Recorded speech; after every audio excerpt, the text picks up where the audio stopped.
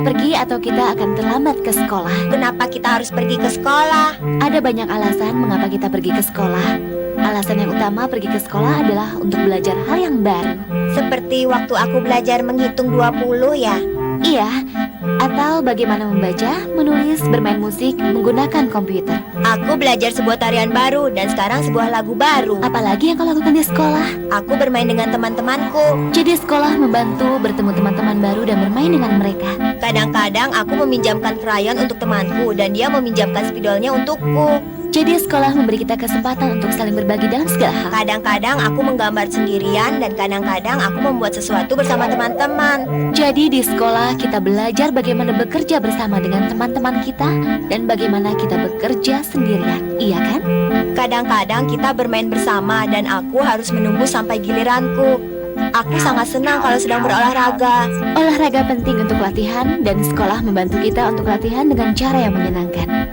Tebak apa lagi yang kusukai di sekolah? Apa itu? Minggu depan kami akan mengadakan pertunjukan dan aku akan menjadi serigala. Kalau mau kau boleh datang. Aku senang sekali dan kau boleh datang dan menontonku berlari dan melompat pada saat aku berolahraga. Jadi ada banyak hal yang dapat kulakukan di sekolah dengan teman-temanku dan itu mungkin saja tidak dapat kulakukan sendirian di rumah. Itu benar, sangat menyenangkan sekali pulang ke rumah dari sekolah untuk makan malam, bermain, mengobrol, dan istirahat. Iya, dan juga menyenangkan sekali pergi ke sekolah dan bertemu dengan guru-guru dan teman-temanmu. Dan semua hal-hal baru yang dapat kau pelajari, seperti menjawab pertanyaan-pertanyaan yang selalu kau tanyakan.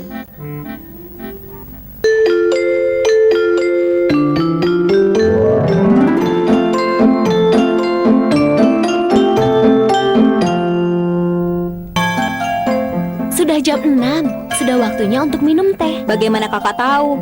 Kita tahu waktu karena kita punya jam dinding.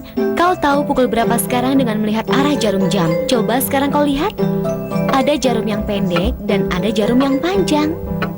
Apa yang dilakukan jarum jam? Jarum yang pendek memberitahumu jam berapa. Dia menunjuk angka-angka jam. Bagaimana dengan jarum yang panjang? Jarum yang panjang memberitahumu menit-menitnya. Dia menunjuk tanda-tanda. Dari tanda yang satu ke yang lainnya adalah 1 menit. Bagaimana dengan jam digital? Mereka tidak mempunyai jarum jam? Jam digital tidak mempunyai bagian yang bergerak seperti jarum jam. Waktu ditunjukkan dengan angka-angka di layar kecil. Apa perbedaan antara jam dinding dengan jam tangan? Jam dinding dan jam tangan mempunyai fungsi yang sama. Tetapi biasanya jam dinding berdiri sendiri, jam tangan dipakai di pergelangan tangan. Kalau tidak punya jam, bagaimana kita tahu waktu? Zaman dahulu orang-orang menggunakan matahari untuk mengetahui waktu. Mereka bangun pada waktu matahari terbit dan tidur setelah terbenam. Sepanjang hari, mereka dapat melihat berapa banyak waktu yang tersisa dengan melihat matahari di langit.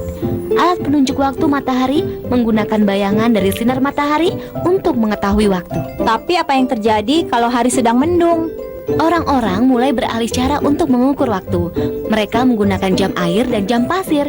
Penunjuk waktu untuk merebus telur adalah contoh dari jam pasir. Kenapa waktu sangat penting ya? Kau harus tahu kapan harus bangun, kapan harus berangkat sekolah, dan kau harus tahu berapa lama sesuatu harus dibiarkan di dalam pemanggang ketika kau memasak agar tidak gosong. Jadi jam berapa sekarang? Waktu minum teh.